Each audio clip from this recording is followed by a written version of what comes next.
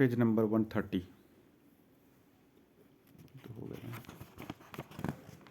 Page number 131।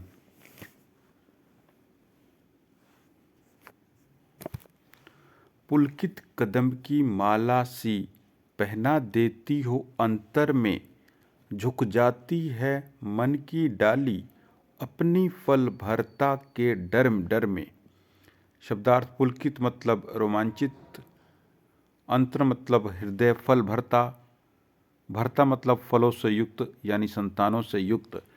प्रस्तुत पद्य भाग हिंदी साहित्य के छायावादी कवि श्री रविशंकर और श्री जयशंकर प्रसाद के द्वारा रचित महाकाव्य कात्यायनी के लज्जा सर्ग से अवतरित है। इस सर्ग में लज्जा नामक मनोभाव का वैज्ञानिक वर्णन किया गया है। लज्जा एक बार वर्णन किया गया है।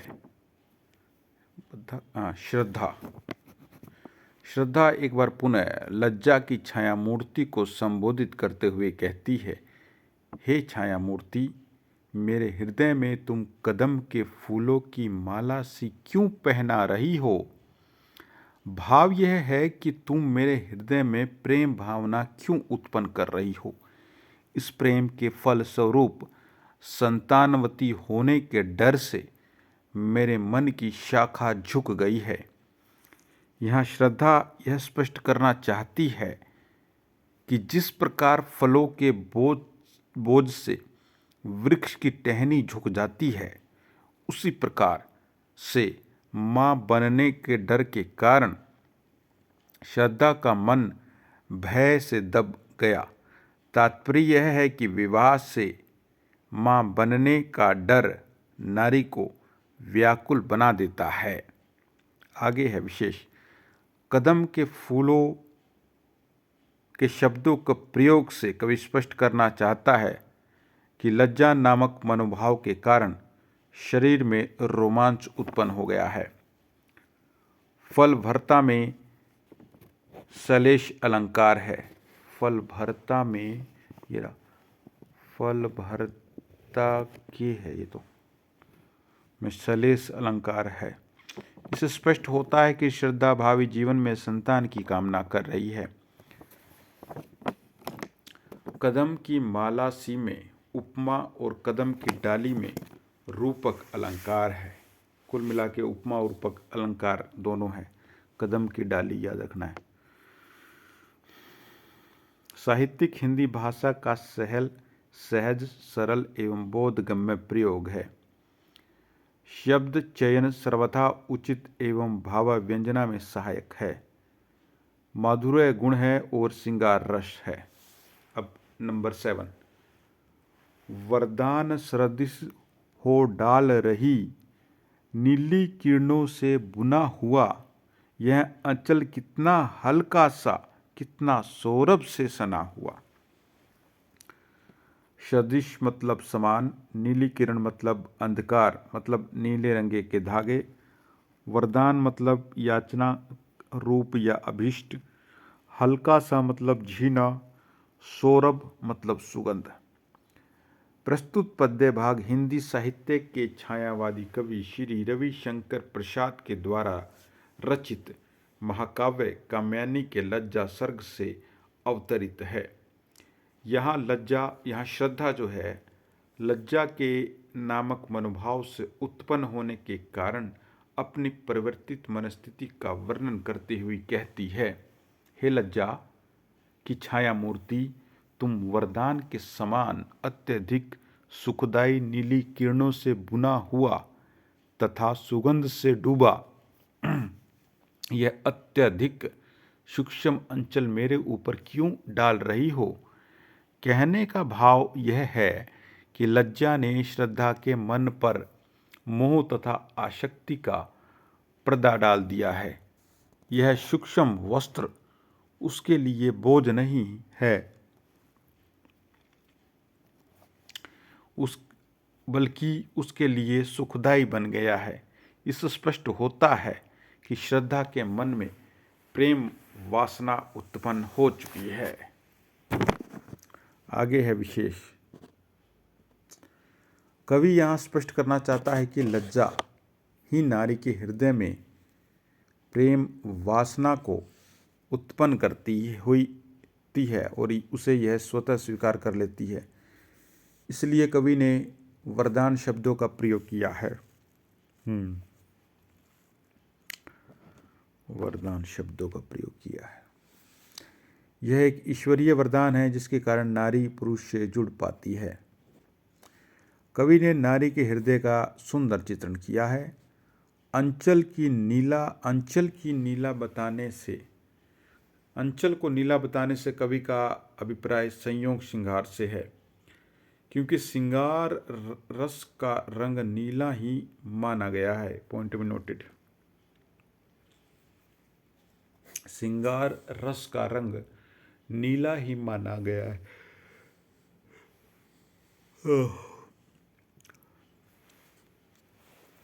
वरदान सदृश में उपमा अलंकार है तथा नीली किरणों में रूपाकृतिशोक्ति अलंकार है। साहित्यिक हिंदी भाषा का सहज, सरल एवं बोधगम्य प्रयोग हुआ है। शब्द चयन सर्वदा उचित एवं भावव्यंजना में सहायक है।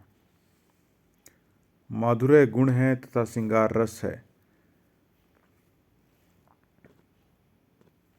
आगे है, सब अंग मोम से बनते हैं, कोमलता में बल खाती हूँ, मैं सिमट रही अपनों में, परिहास गीत सुन पाती हूँ। शब्द अर्थ, मोम से मतलब अत्यधिक कोमल, बल खाना मतलब लचकाना, परिहास मतलब हास्य। प्रस्तुत पद्य भाग हिंदी साहित्य के छायावादी कवि श्री जयशंकर प्रसाद के द्वारा रचित महाकाव्य कामयानी के लज्जा सर्ग से अवतरित है। यहाँ श्रद्धा अपनी परिवर्तित मनस्थिति का वर्णन करते हुए कहती है, हे लज्जा की छाया मूर्ति, तुम्हारे आगमन के कारण मेरे शरीर के अंगों पर अत्यधिक प्रभाव पड़ा है। मेरे शरीर के अंग मोम के समान पिघलकर कोमल हो रहे हैं, जिसके कारण मेरा शरीर लचकने लगा है। तुम्हारे प्रभाव से उत्पन्न विचित्रता के कारण मैं अपने आप में सिमटती जा रही हूँ। मुझे कानों से कुछ ऐसा सुनाई दे रहा है कि मानो कोई मेरी स्थिति को देखकर हंस रहा है। भाव यह है कि तुम्हारे आगमन के पश्चात मैं संकोची हो गई हूँ और अपने आप में सिमटती जा रही हूँ। यही नहीं, प्रत्येक क्षण मुझे हंसी तथा गीत सुनाई देते रहते हैं। लज्जा मनोभाव से उत्पन्न होने के बाद श्रद्धा के मन और शरीर में काफी परिवर्तन हो चुका है। आगे है विशेष। जहाँ कवि ने लज्जा के कारण उत्पन्न भावों, कोमलता, तरलता, संकोच, लचक आदि का बड़ा सुंदर वर्णन किया है। उपमा अलंकार का बड़ा सुंदर प्रयोग हुआ है।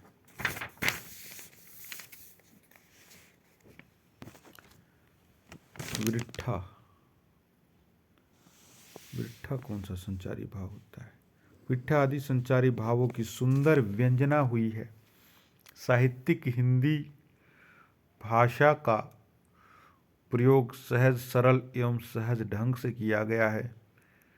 शब्द चयन सर्वथा उचित एवं भाव व्यंजना में सहायक है।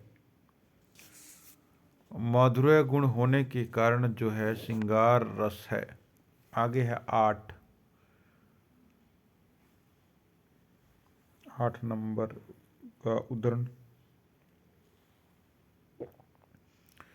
स्मित बन जाती है तरल हंसी, नैनों में भर कर बांकपना, प्रत्यक्ष देखती हूँ सब जो यह बनता जाता है सपना। स्मित मतलब वन मंदी हंसी, तरल हंसी खिलखिलाहट, बांकपन करता, प्रस्तुत पद्य भाग हिंदी साहित्य के छायावादी कवि श्री रविशंकर प्रसाद के द्वारा रचित महाकाव्य कामैनी के लज्जा सर्ग से अवतरित हैं।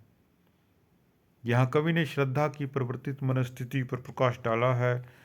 जब कोई किशोरी युवावस्था को प्राप्त करती है तो उसके हृदय में अनेक अभिलाषाएं और परिवर्तन उत्पन्न होते हैं।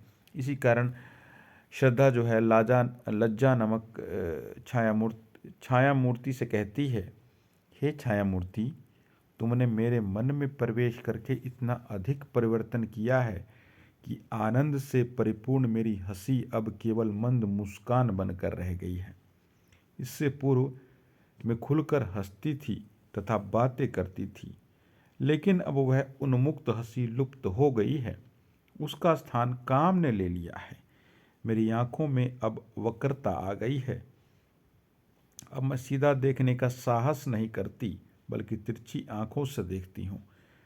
तात्पर्य यह है कि कनखियों द्वारा देखती हूँ। अब मैं जो कुछ भी सामने देखती हूँ वह मेरे लिए सपना बन जाता है। श्रद्धा के कहने का तात्पर्य है कि अब मैं संकोच के कारण प्रत्यक्ष देखने का साहस नहीं कर पाती, बल्कि कल्पना के द्वारा या सपनों के द्वारा ही देखती हूँ। विशेष यहाँ कवि ने एक ऐसी नारी का चित्र प्रस्तुत किया है जिसमें प्रेम भावना उत्पन्न हो चुकी है, जिसकी किशोरावस्था समाप्त हो चुकी है और वह यौवनावस्था में प्रवेश कर चुकी है। इसलिए उसका उन्मुक्त हराश अब मंद मुस्कान बन गया है। लज्जा के समान अनुराग भी एक अमूर्त भाव है, लेकिन कवि ने उसका मानवीकरण किया है। इसलिए यहाँ मानवीकरण अलंकार है। साहित्यिक हिंदी भाषा का सहज सरल एवं सहज ढंग से प्रयोग है। शब्द चयन सर्वथा उचित एवं भाव व्यंजना में सहायक है। माधुर्य गुण है और श्रृंगार रस है। अब उदाहरण नंबर 9। मेरे सपनों में कलरव का संसार आँख जय स्त्रोत रहा, अनुराग समीरोपत्रिता या इतराता सा रोल रहा। कलरव का मतलब जो होता है वो होता है पक्षियों की मधुर ध्वनि। आँख खोल रहा है, प्रकट हो रहा। अनुराग समीर जो है प्रेम रूपी है। निश्वास जो है प्रेम रूपी वायु तीरता तैरता हुआ है।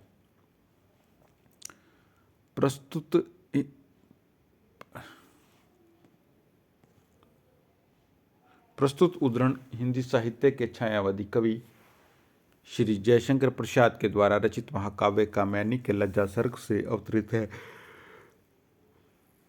यह श्रद्धा ने अपने मन में होने वाले परिवर्तनों पर प्रकाश डालती हुई लज्जा की छाया मूर्ति से कहती है, जिस प्रकार सवेरा होने पर पक्षियों का समूह जाग जाता है और उनकी मधुर ध्वनि चारों ओर गूंजने लगती है, उसी प्रकार मेरे मन में अनेक इच्छाएं और आशाएं उत्पन्न हो गई हैं। मेरे सपनों की मधुर तथा मादक ध्वनि प्रेम की वायु पर तैरती हुई इथला रही है। तात्पर्य यह है कि लज्जा नामक मनोभाव उत्पन्न होने के बाद जो है श्रद्धा के हृदय में प्रातकालीन पक्षियों के कलरव के समान असंख्य इच्छाएं उत्पन्न होने लगी है। ये इच्छाएं प्रेम की हवाओं पर तैरने लगी है। विशेष यहाँ कवि ने प्रातकालीन पक्षियों की ध्वनि की उपमा देकर एक लज्जामय युवती के हृदय में उत्पन्न होने वाली इच्छाओं की ओर संकेत किया है। रूपक विशेषण विपर्यय तथा निरंग रूपक अलंकारों का सुंदर प्रयोग है। संपूर्ण पथ में दृश्य दिगंब की सफल योजना है।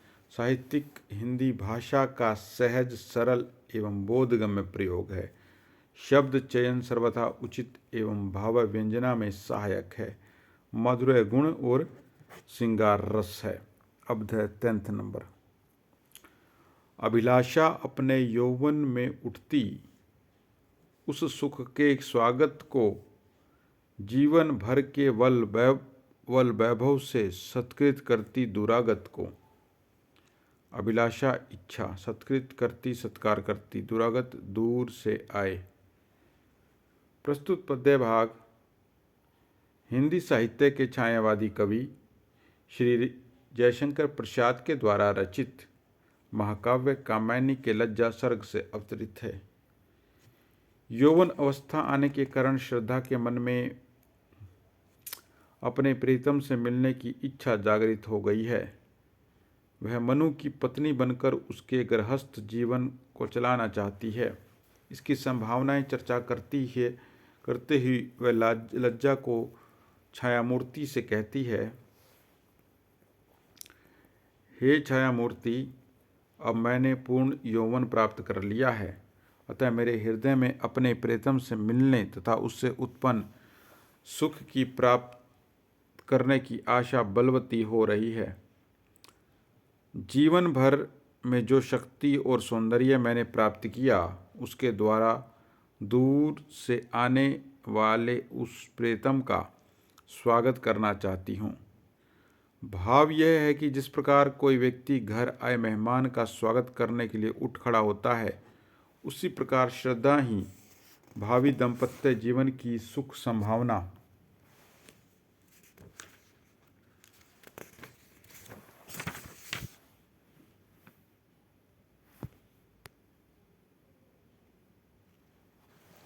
का स्वागत करने के लिए तैयार है। वह अपनी संपूर्ण शक्ति और सौंदर्य के द्वारा उससे आने वाली व्यक्ति का स्वागत करना चाहती है। यहाँ कवि ने उत्कृष्ट शब्द चित्र द्वारा नारी के हृदयगत भावनाओं का मनोहारी वर्णन किया है। अनुप्रास, रूपक, शैलेश, समासोक्ति अलंकारों का सुंदर एवं स्वाभाविक प्रयोग है। यौवन शब्द में लक्षणा का प्रयोग है। यौवन शब्द में लक्षणा का प्रयोग कैसे पता चलेगा? लक्षणा है कि व्यंजना है कि उत्सुकता, हर्ष, रति आदि संचारी भावों की व्यंजना हुई है। साहित्यिक हिंदी भाषा का सहज, सरल एवं बोधगम्य प्रयोग हुआ है। शब्द चयन सर्वथा उचित एवं भावाव्यंजना में सहायक है। माधुर्य गुण और है और श्रृंगार रस है। तो ये दस्तक हो गए।